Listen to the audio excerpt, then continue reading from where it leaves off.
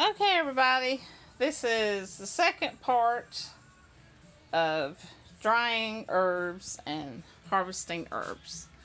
So I wanted to show you, I brought you down here in my basement, and I always just work with what I have. So when I lived it with my mom, I had a closed-in section, let's see,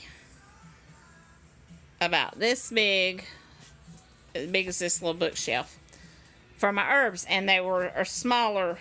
The jars were smaller. Some of them were larger, like the catnip and spearmint, parsley, stuff you grow a lot.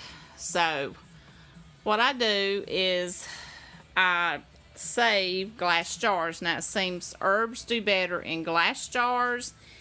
And you can use anything. These are old peanut jars that I bought at a estate sale for $1 a piece.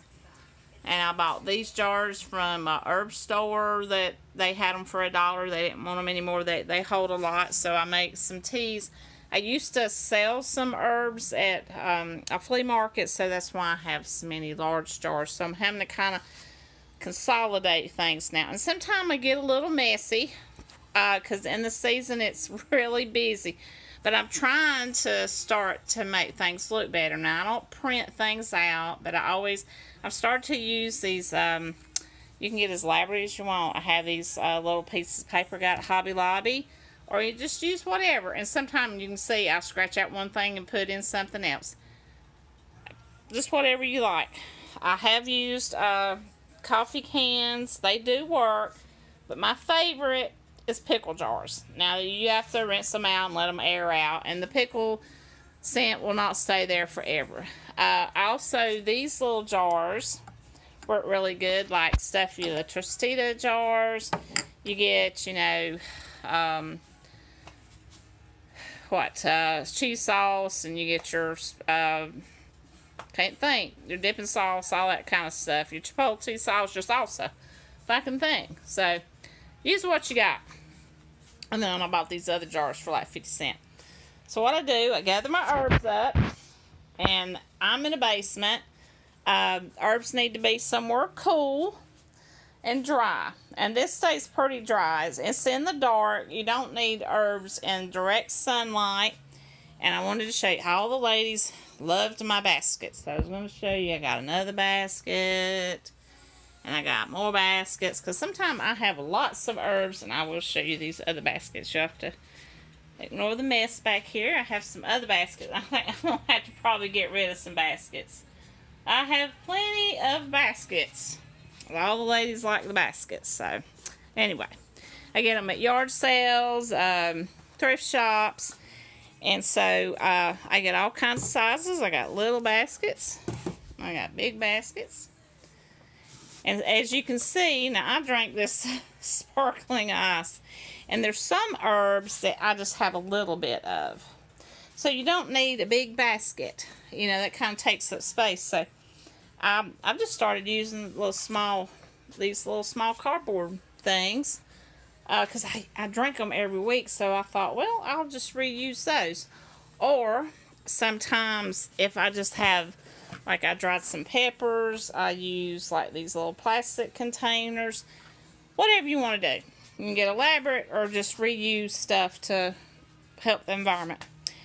So I used to hang herbs. I have found that where I live now, I probably could hang them off that. I don't know. I'm drying them in the baskets and drying them in these. So this is the stuff I've got to put up. And you want to make sure you label what you put in there, because when it dries, it's going to change what it looks like. Now, most time I know what I have by scent, but you always want to label. And then I save these little scrap pieces of paper just so I don't have to keep writing over. I did, some lemon basil, and I had them in 2 separate baskets so they would dry out better. And then I've got to put that up. And this one, like, I have, what is this? I guess it's St. John's wort. Yeah, St. John's wort. I don't get a lot, and when it dries, it just looks like sticks almost. So I've just been putting the jar in here till I'm finished for the season, because I'm not going to get a lot of that. But now the mints and the sage and the basil, I always have lots of that. So I come in with my baskets. Now normally, I've already put up what I dried. I'm kind of behind in that aspect. So this is my chocolate mint. Now, and as you can see, the chocolate mint and the peppermint, all it looks the same. So I have started, when I have my chocolate mint, I make sure I use my brown basket so I won't forget. So you can see how thick this is. I'm going to have to split that up in 2 baskets so it can get some air. The same with my mint. Now I cut my peppermint and my spearmint together because I mix it when I make tea. So what I do, I had this one, I'll get another basket depending on how much stuff I have, and I'm just going to throw all this mint in this one, because, and then that way, you know, you can't hang it up. This has worked for me for a while. So you got it all laid out, and like once a week, or if you think about it during the week, then come by and just flip it, and then it keeps, it lets it dry. So got all my mint out. Put this basket up. I got my mint, and I don't know where my label is. So that's kind of the process of what I do. And I put mixed mint, because this is spearmint and peppermint. This is going to take about a week.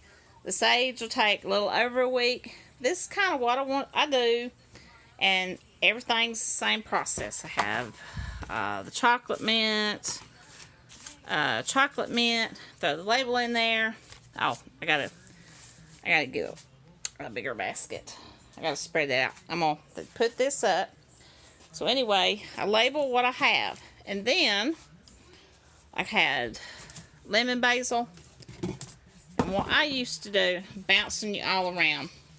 Years ago, Mama, and this is time saver. As you can see, like, and the basils do this.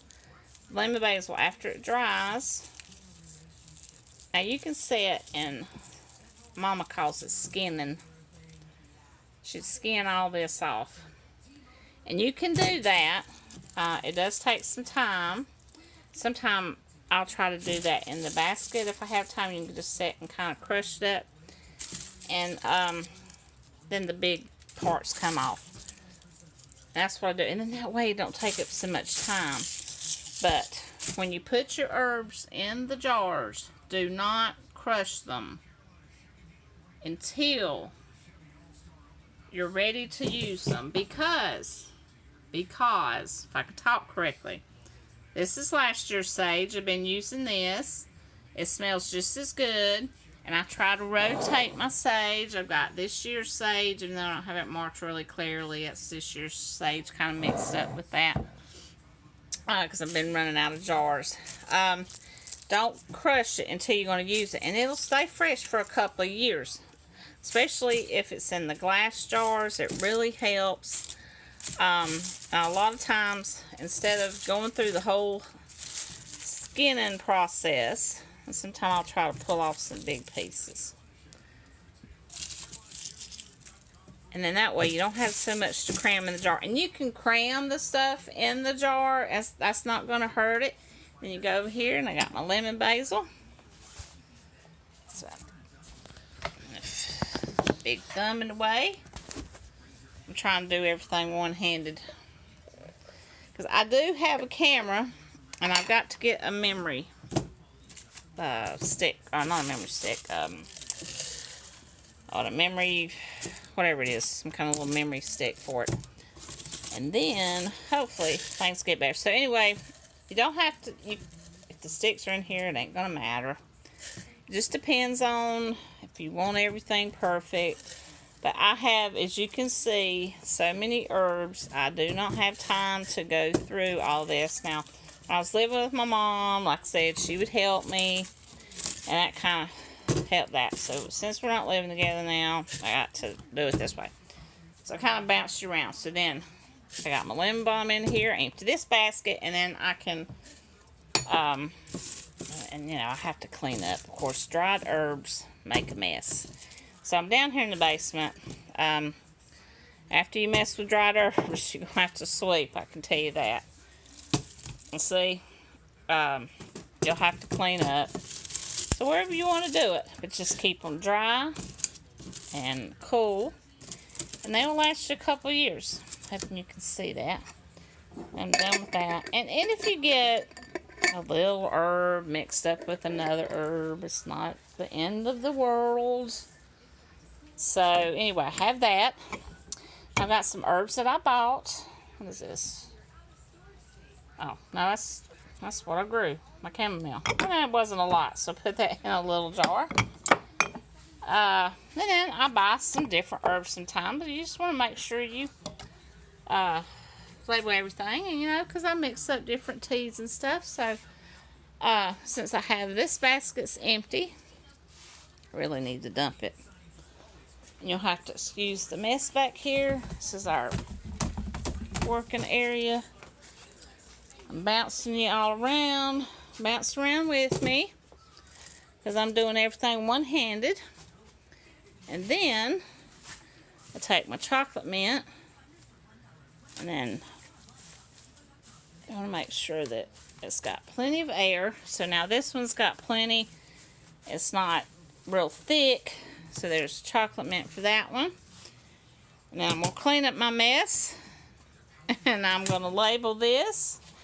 And I hope you like my video. I hope I didn't bounce you around and make you sick like you're on a ride too much. So I hope I explained myself enough. Hope you get the idea. You have to tweak it what works for you. So don't forget to like, share, and subscribe.